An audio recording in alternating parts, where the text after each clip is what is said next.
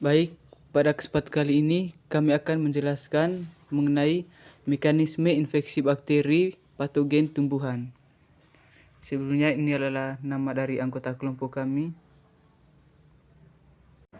Baik, langsung saja mengenai mekanisme infeksi bakteri patogen tumbuhan. Mekanisme infeksi bakteri patogen tumbuhan digambarkan bahwa penyakit dimulai dari inokulum primer, penyebaran inokulum primer, masa inkubasi, kemudian pelekatan pada host, penetrasi, pengenalan inang, infeksi invasi, kolonisasi, pertumbuhan, dan reproduksi patogen, perkembangan gejala, selanjutnya penyebaran patogen sebagai inokulum sekunder. Yang pertama, inokulasi atau penularan. Bagian dari patogen atau patogen yang terbawa agen tertentu yang mengadakan kontak dengan tanaman disebut inokulum atau penular. Dengan demikian, inokulum merupakan bagian dari patogen atau patogen itu sendiri yang dapat menyebabkan penyakit pada tanaman. Pada jamur atau cendawan, inokulum dapat berupa miselium, spora atau sklerotium. Pada bakteri, mikoplasma dan virus, inokulumnya berupa individu bakteri, individu mikoplasma, dan partikel virus itu sendiri. Pada proses inokulasi ini dipengaruhi oleh beberapa faktor, yaitu yang pertama jenis inokulum. Inokulum primer adalah infeksi penyebabnya. Inokulum sekunder adalah inokulum yang dihasilkan dari infeksi primer. Sumber inokulum kadang sudah berada dalam tanah di lahan di mana tanaman tumbuh atau berasal dari luar tahan tanaman. Penetrasi merupakan proses masuknya patogen atau bagian dari patogen ke dalam sel, jaringan, atau tubuh tanaman inang. Patogen melakukan penetrasi dari permukaan tanaman ke dalam sel, jaringan, atau tubuh tanaman inang melalui tempat macam cara, yaitu secara langsung menembus permukaan tubuh tanaman, melalui lubang-lubang alami, melalui luka, dan melalui perantara atau pembawa vektor. C. Pra-entry atau sebelum masuk. Sebelum patogen dapat menembus jaringan inang, spora harus berkecambah dan tumbuh di permukaan tanaman. Dalam kasus patogen motil, mereka harus menemukan host dan menegosiasikan permukaannya sebelum masuk host. Beberapa patogen mengembangkan struktur penetrasi khusus seperti Apresoria, sementara yang lain menggunakan yang sudah ada sebelumnya di permukaan tanaman seperti luka atau pori stomata. Virus tanaman sering terbawa dan masuk ke dalam tanaman melalui vektor seperti jamur atau serangga. D. Entry. Patogen mengeksploitasi setiap jalur yang mungkin untuk masuk ke inangnya.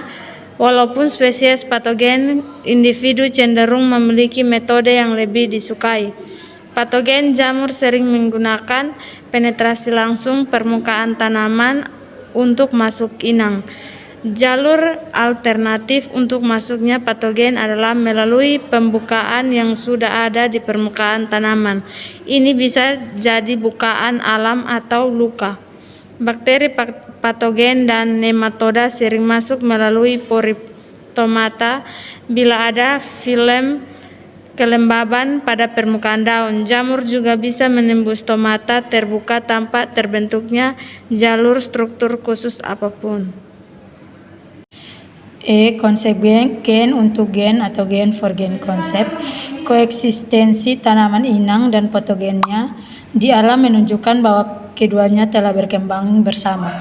Setiap gen virulen pada patogen selalu ada gen yang akan merespon terhadap gen virulen tersebut sehingga tanaman menjadi tahan. Demikian pula sebaliknya, di mana setiap ada gen ketahanan dari tanaman, selalu ada gen yang akan merespon gen ketahanan tersebut pada patogen. Penetrasi tidak selalu menyebabkan infeksi. Penetrasi bisa secara langsung atau melalui luka ataupun melalui lubang-lubang alami. F. Infeksi. Infeksi merupakan suatu proses dimulainya patogen memanfaatkan nutrien atau sari makanan dari inang. Proses ini terjadi setelah patogen melakukan kontak dengan sel-sel atau jaringan rentan mendapatkan nutrien dari sel-sel atau jaringan tersebut. Selama proses infeksi, patogen akan tumbuh dan berkembang di dalam jaringan tanaman. Infeksi yang terjadi pada tanaman inang akan menghasilkan gejala penyakit yang tampak dari luar seperti menguning, berubah bentuk, atau malformasi, atau bercak, atau nekrotik. Yang berikut G, proses infeksi. Proses infeksi dapat dibagi menjadi 3 tahap, yaitu pra-entry, entry, dan kolonisasi. Ini mencangkup perkecambahan atau perbanyakan propagul infeksi di atau pada pembawa potensial sampai pada pembentukan hubungan parasit antara patogen dan inang. Proses infeksi dipengaruhi oleh sifat patogen, inang, dan lingkungan luar. Jika salah satu tahapan proses infeksi dihambat oleh faktor-faktor ini, patogen tidak akan menyebabkan penyakit pada inang. Yang ke-H, invasi. Invasi merupakan tahap pertumbuhan dan perkembangan patogen setelah terjadi infeksi. Individu jamur dan tumbuhan parasit umumnya melakukan invasi pada tanaman dimulai sejak proses infeksi dengan cara tumbuh dalam jaringan tanaman inang. Sehingga tanaman inang selain kehilangan nutrien, sel-selnya atau jaringan juga rusak karenanya. Patogen tanaman melakukan perkembangbiakan menggunakan berbagai cara. Jamur dengan membentuk spora, baik spora seksual maupun spora aseksual. Tumbuhan parasit melakukan perkembangbiakan menggunakan biji, bakteri, dan mikoplasma. Perkembangbiakan dengan membelah diri atau sel. Virus melakukan replikasi pada sel-sel tanaman inang, dan nematoda berkembang biak dengan bertelur. Invasi adalah proses penyerangan jaringan secara interseluler. Terjadinya suatu penyakit paling sedikit diperlukan 3 faktor yang mendukung, yaitu tanaman inang atau host, penyebab penyakit atau patogen, dan faktor lingkungan yang juga disebut segitiga penyakit. Yang pertama, faktor tanaman. Faktor tanaman yang berpengaruh terhadap produksi adalah varietas tanaman, ketahanan tanaman, dan keragaman genetis. Yang kedua, faktor lingkungan. Faktor lingkungan yang berpengaruh mencakup kesuburan tanah, faktor iklim seperti kelembaban, suhu, sinar matahari, kecepatan dan arah angin, curah hujan, dan cara faktor budidaya. Yang ketiga, faktor organisme pengganggu tumbuhan atau OPT. Faktor organisme mengganggu tumbuhan adalah organisme baik jasad yang berukuran besar maupun jasad renik yang berfungsi negatif atau merugikan terhadap pertumbuhan tanpa yang dibudidayakan.